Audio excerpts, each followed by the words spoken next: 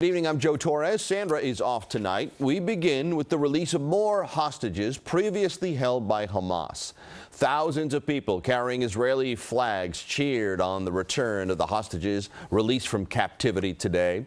A convoy of vans transported them to an Israeli military base where they underwent medical evaluations.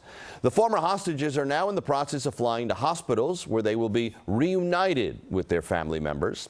So far, 58 Hamas-held hostages have been freed. That includes 24 on Friday, 17 yesterday, and another 17 today.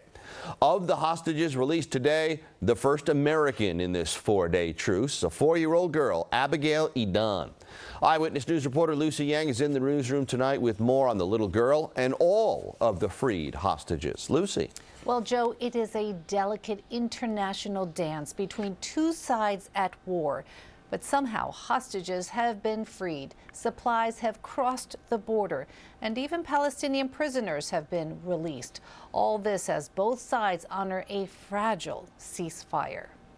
She turned 4 while in captivity. On Sunday, little Abigail Edan was released from Gaza, but not into her parents' loving arms.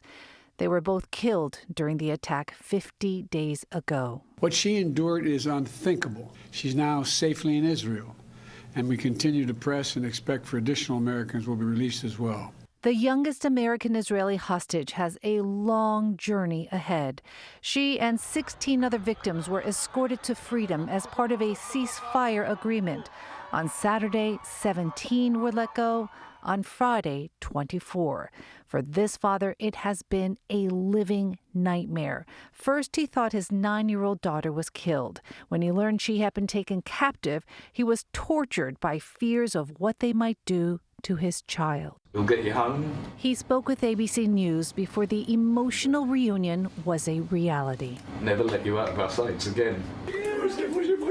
As part of the deal, more than 100 trucks loaded with food and essentials rolled into Gaza, and 39 Palestinians were released from Israeli prisons. They returned to Ramallah under a shower of fireworks and confetti. The ball is really in Hamas's court.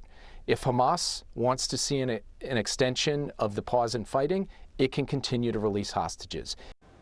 Now, the 4-day ceasefire comes to a close tomorrow. Already, Hamas has told mediators it would like to extend the truce for another 2 or 4 days, offering to release another 20 to 40 Israeli hostages. It's believed some 200 hostages remain captive in Gaza. Prime Minister Benjamin Netanyahu, meanwhile, underscored his goal of eliminating Hamas. Joe. Lucy, thank you.